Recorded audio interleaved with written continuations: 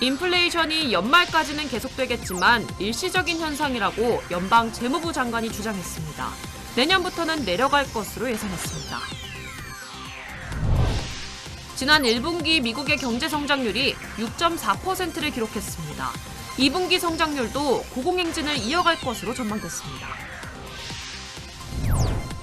한인은행권에 돈이 넘쳐나고 있습니다. 대출 증가가 현안으로 떠오른 한인은행들은 다양한 대출 상품 출시를 준비하고 있습니다. 코로나 규제가 대부분 해제된 이후에도 온라인 예배를 선호하는 교인들이 줄지 않고 있습니다. 일부 한인교회는 헌금 감소 현상이 계속되면서 문을 닫는 실정입니다. 남가주 지역 고속도로에서 발생한 100여 건의 비비탄 발사 사건에 유력한 용의자가 체포됐습니다. 경찰은 범행 동기를 집중 조사하고 있습니다. 라이언이 모든 카카오 프렌즈와 함께옵니다. 그리고 한미 카카오 프렌즈 데뷔카드가 탄생했습니다. 한미 카카오 프렌즈 체킹 계좌를 열면 1% 캐시백과 카카오 프렌즈 캐릭터 상품도 드립니다. 지금 한미닷컴에서 확인하세요. 네, 남가주 지역에서 100여 건이나 발생한 비비탄 총격 사건. 그 유력한 용의자가 오늘 체포됐습니다. 관련 소식은 잠시 뒤에 전해드리겠습니다. 네, 오늘은 경제 관련 리포팅부터 시작하겠습니다. 현재 나타나고 있는 인플레이션은 연말까지는 계속될 것이라는 예상이 나왔습니다.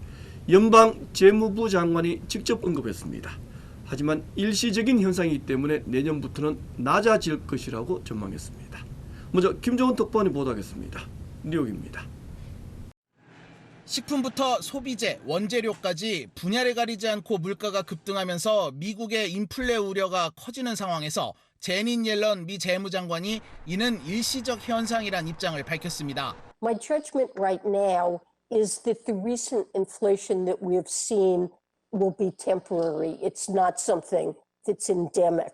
전례 없는 전염병 상황으로 지난해 경제활동이 봉쇄되면서 지나치게 낮아졌던 레저 분야의 물가가 최근 급격히 원상복귀하고 있는가 하면 끊겼던 공급이 갑작스런 수요 증가에 병목 현상을 겪으면서 예외적인 물가 상승이 일어나고 있다는 겁니다. It caused very substantial shifts in spending patterns away from services and toward durable goods and commodities. 지난달 미국의 물가 상승률이 11년 만에 최대를 기록하면서 미 정부가 코로나 극복을 위해 푼 천문학적 재정이 부작용을 일으키는 것이란 논란이 일고 있는 상황. 이달 초만 해도 경기 과열을 막기 위해 금리를 인상해야 한다는 뜻을 내비쳤던 옐런 장관이 이번엔 직접 나서 물가 상승이 계속되지 않을 것이라고 밝히면서 금리 인상에 신중론을 펼 것이란 전망이 나오고 있습니다. 옐런 장관은 다만 올 연말까지 앞으로 몇 달간은 물가 상승이 계속 이어질 것으로 내다봤습니다. 뉴욕에서 SBS 김종원입니다. 한국에서도 인플레이션 우려가 고조되고 있습니다. 한국은행 총재는 올해 안에 금리를 올릴 수 있다는 가능성을 시사했습니다. 경제 성장률은 4%대로 높여 잡았습니다. 계속해서 정다은 기자입니다. 수출과 투자가 늘고 민간 소비가 개선되면서 한국은행은 올해 우리 경제가 4% 안팎 성장할 걸로 전망했습니다. 빠른 회복 속도에 석 달 만에 1%포인트 크게 높였습니다. 다만 코로나19의 불확실성이 남아있어 기준금리는 연 0.5%를 유지했습니다. 그러면서 1년째 역대 최저 수준인 기준금리 변화 가능성을 내비쳤습니다. 사실 연내 인상 여부는 결국 경제 상황의 전개에 달려 있습니다.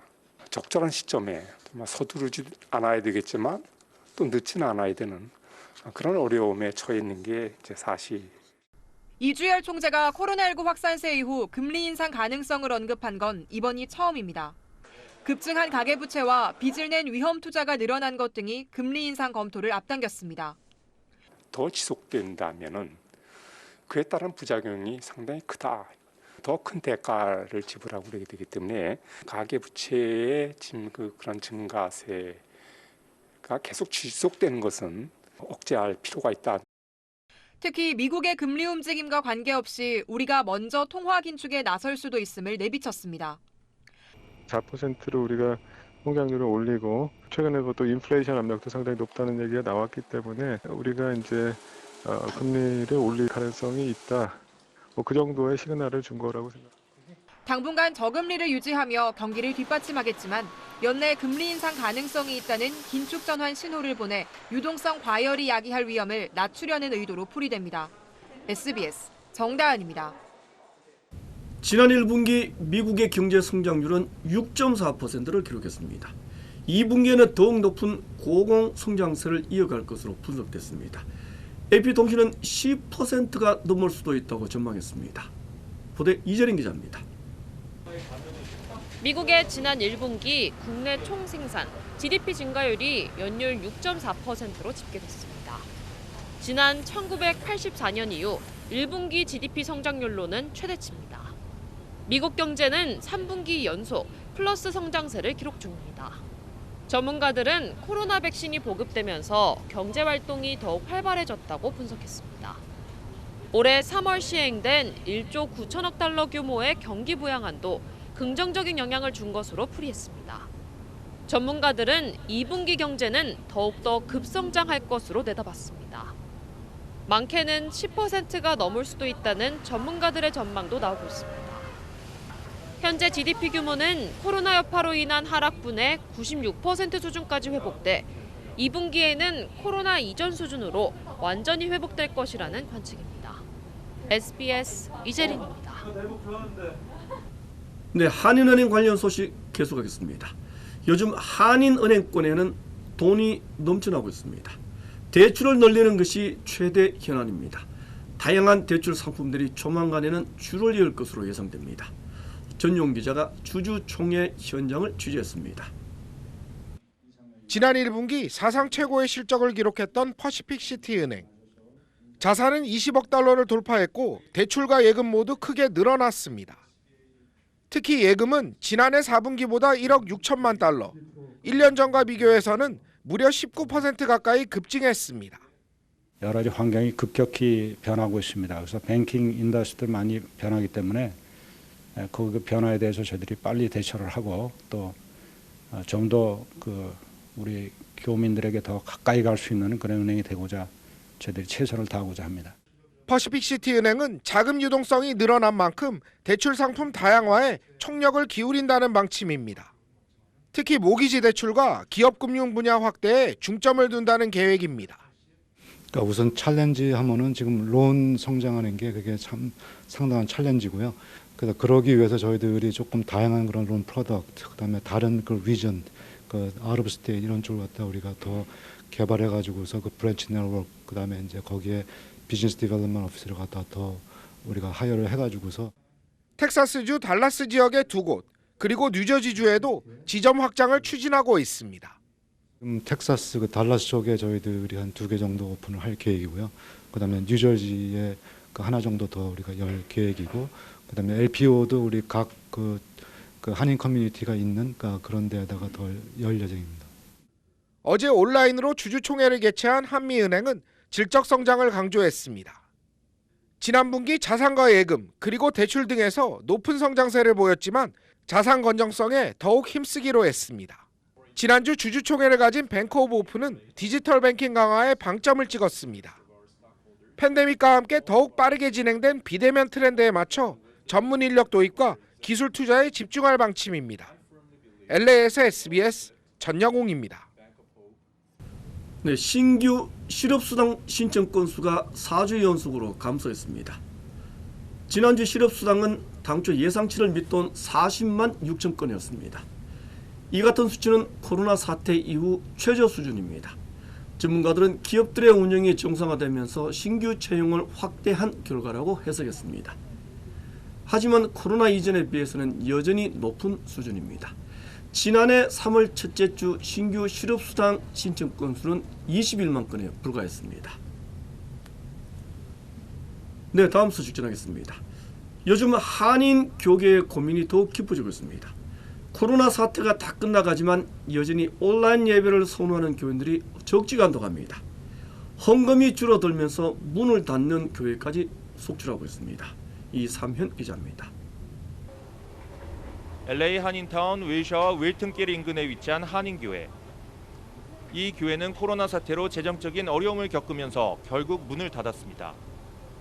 온라인으로 예배를 드리면서 헌금이 절반으로 감소했기 때문입니다. 최근 들어 대면 예배 대신 온라인 예배를 선호하는 교인들이 증가하면서 우려의 목소리가 높습니다. 온라인에 익숙한 젊은 층과 거동이 불편한 어르신들이 온라인 예배를 선호하고 있습니다. 젊은 층들은 좀 아무래도 온라인 같은 데 익숙해졌으니까 그거 보는 게 좀 괜찮다고 생각되지요. 거동이 불편한 데는 어쩔 수 없으니까 보는데 그것도 그래요. 각 교회마다 품질이 높은 영상 예배를 제공하면서 온라인 예배를 좋아하는 교인들이 늘어나고 있습니다.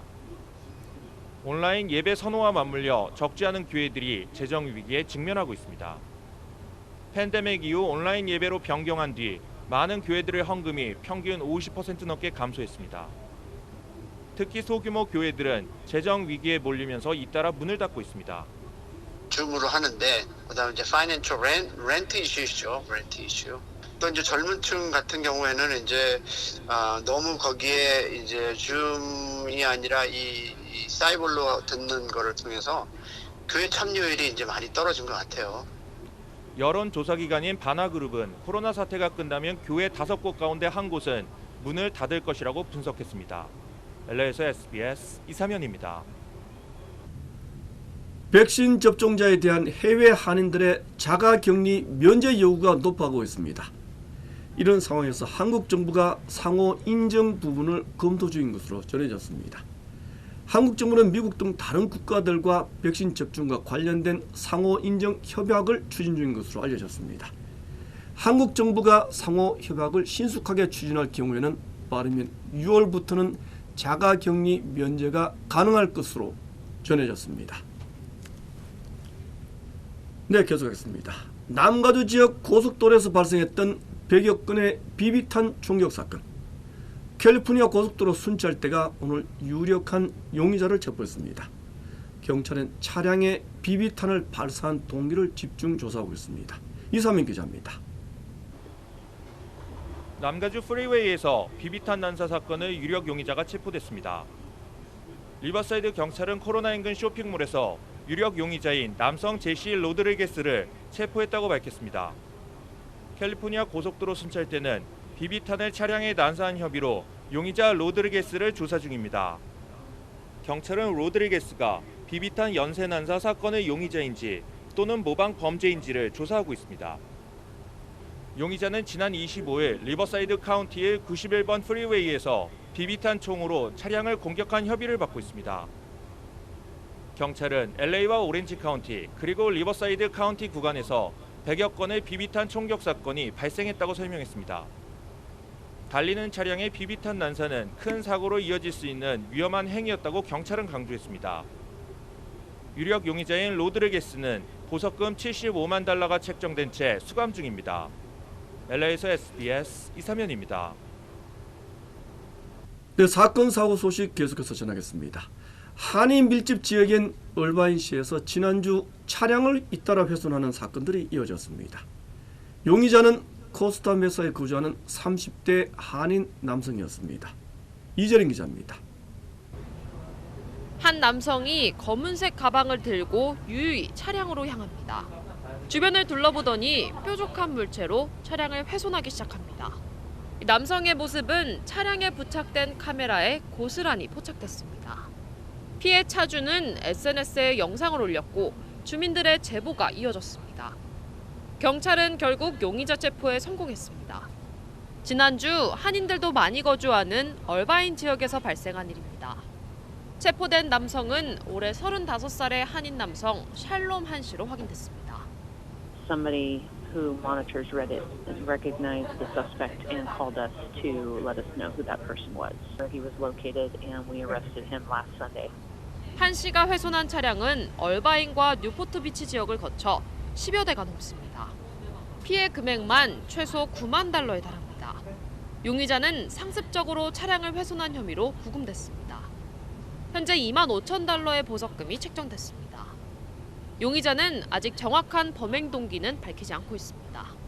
He bailed out on Monday, and then the city of Newport Beach found that he was also responsible for many additional vehicle vandalisms in their city.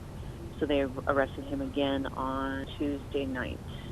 경찰은 추가 피해자가 있을 것으로 보고 지역 주민들의 적극적인 제보를 당부했습니다. LA에서 SBS 이재린입니다. 네, 어제 뉴욕에 도착했던 박지원 국정원장이 워싱턴보다 뉴욕에 먼저 도착한 이유, 북한과 접촉하기 위해서라는 관측이 제기됐습니다. 김종훈 특파원이 전하겠습니다. 뉴욕입니다. 뉴욕 공항에 도착한 박지원 국정원장은 방미 일정을 묻는 취재진 질문에 아무런 답변을 하지 않은 채 공항을 빠져나갔습니다. 방미 목적 어떻게 되시는지. 북한과의 대화 재개를 위한 미국과의 논의가 이뤄질 걸로 보이는 가운데 워싱턴 직항이 있는데도 뉴욕을 먼저 방문한 동선을 놓고는 북한과 직접 접촉을 위한 것이란 추측이 나왔습니다. 뉴욕엔 미국 내 유일한 북한 외교 공관인 유엔 주재 북한 대표부가 있기 때문입니다. 미국이 뉴욕에 있는 이곳 북한 유엔 대표부를 통해 북측에 대화 제의를 해왔던 만큼 박 원장이 북미 간 대화 채널인 북한 유엔 대표부와 직접 접촉하는 게 아니냐 이런 관측도 있었지만 오늘 이곳에선 별다른 움직임은 포착되지 않았습니다. 박 원장은 조만간 뉴욕에서 워싱턴 DC로 이동해 미국 측 정보기관 관계자들과 만날 것으로 보입니다. 윌리엄 버언스 미국 중앙정보국 CIA 국장과의 회동이 예상되고 있고 한미 정상회담을 계기로 내정 사실이 공개된 성김 대북 특별대표와도 만날 것이란 전망입니다. 박 원장이 이번 방문에서 누굴 만나는지 또 언제까지 머무르는지 등 모두 비공개인 상황에서 한미 정보당국이 북한과 대화 재개를 위한 실무 논의를 시작했다는 분석이 나옵니다. 뉴욕에서 SBS 김종원입니다. 네, 중국 우한이 코로나 바이러스 발원지라는 의혹. 바이든 대통령은 석 달 안에 다시 철저히 조사라고 지시했습니다. 학자들까지 증거가 없어지기 전에 2단계 조사를 하라고 요구했습니다. 보도에 김하연 기자입니다. 네덜란드의 저명 바이러스 학자인 마리온 코프만스는 팟캐스트에서 꼭 해야 할 작업 기회를 놓칠 위험에 처했다며 WHO 회원국들의 코로나19 기원을 찾기 위한 2단계 조사를 지지해 줄 것을 호소했습니다. 덴마크 출신의 전염병학자 테아 피셔도 지금 모든 것이 멈췄다면서 시간이 많지 않은 것 같다고 염려했습니다. 우한을 비롯한 중국 내 혈액은행에 보관된 혈액 샘플을 대상으로 항체 검사를 해야 하지만 중국의 혈액 샘플은 2년 뒤 폐기 처분될 예정이라고 피셔는 전했습니다. 다만 WHO 현지조사팀은 실험실 유출설과는 별개로 2단계 조사도 이어가야 한다고 주장했습니다. 조 바이든 미국 대통령은 중국 우한 실험실 유출설에 대해 90일 안에 다시 보고하라며 정보당국에 재조사를 지시한 상태입니다. Will you pledge to release the report in full after 90 days? Yes, that's unless there's something I'm unaware of. 중국 정부는 이미 과학적으로 결론이 난 사안이라고 주장하면서 미국의 재조사는 낡은 음모론일 뿐이라고 반발하고 있습니다. 다수의 WHO 회원국은 코로나19 기원에 대한 2단계 조사에 동의하고 있지만 WHO의 최고 의사결정기구인 세계보건총회 연례회의에서는 아직 결정이 내려지지 않고 있는 상태입니다. SBS 김하영입니다. 네, 자동차 공급 부족 현상은 한국도 미국과 마찬가지 모양입니다. 한국의 중고차 가격이 신차 가격에 육박하고 있습니다. 한상우 기자입니다. 서울 동대문구의 한 중고차 매매상입니다. 주문이 밀려 최소 3개월 이상 기다려야 하는 제네시스 GV70 중고 차량이 매물로 나왔습니다. 새 차와 불과 80만 원 차이밖에 안 나지만 금세 팔립니다. 신차 가격이 얼마인지 신차에서 얼마 빠지는지 그런 부분을 이제 많이 문의가 오죠. 이제 이 차가 너무 타고 싶다 그러면 이제 바로 구매를 하시는 거죠. 차량용 반도체 부족으로 생산 차질을 빚으며 신차 출고가 지연되자 중고차 시장으로 수요가 급속히 몰리는 겁니다. 시장에선 일부 차종에서 새 차와 중고차 가격이 역전될 가능성까지 제기됩니다. 팰리세이드도 마찬가지고 모닝이나 이제 기아차들 그런 것들도 다 그랬었어요. 신차 가격보다 또 비싸게 팔고. 앞으로도 제가 봤을 때 그렇게 갈 것 같아요. 코로나19 이후 푸드트럭 등 생계형 창업이 늘면서 수요가 급증한 중고 화물차 가격도 강세입니다. 출고한 지 2년 된 현대 1톤 화물 자동 변속기 차량은 새 차와 200~300만 원밖에 차이가 나지 않습니다. 한 중고차 시세조사 업체에 따르면 거래가 많은 10개 차종의 중고차 가격이 한 달 새 평균 6.1% 올랐습니다. 차량 반도체 품귀로 인한 생산 차질은 우리나라만의 문제가 아니어서 미국도 중고차 가격이 지난해보다 21%나 급등했습니다. 심지어 미국의 지난달 소비자 물가지수가 1년 전보다 4.2% 치솟으며 13년 만에 최고치를 찍었는데 이 상승률의 30% 정도가 중고차값 급등의 영향이었습니다. 신차 출시 차질은 곧 중고차 매물 부족 현상으로 이어질 전망입니다. 신차가 이제 많이 이렇게 나와야만 중고차 물량들이 이제 많이 이제 나와서 이제 시장에서 많이 들어와야만 가격 형성이 이제 낮춰지고 이제 좋아지고 할 텐데 많이 안 나오기 때문에 이제 중고차 가격이 올라갈 수밖에 없는. 차 반도체 수급 차질이 장기화될 조짐이어서 자동차 시장의 혼란은 당분간 지속될 전망입니다. SBS 한상우입니다.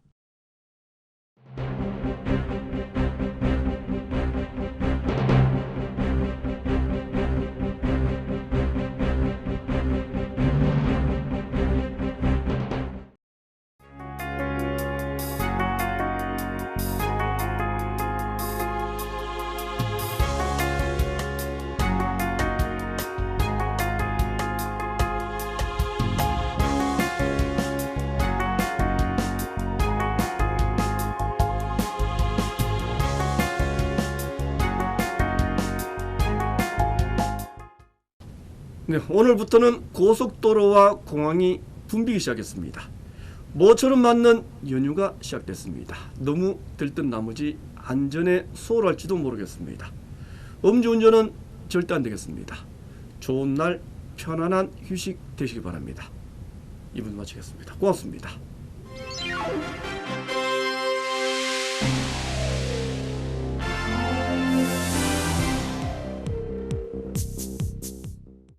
한미 카카오 프렌즈 데뷔카드 출시 기념 유튜브 구독 이벤트. 구독하면 선물 쏜다.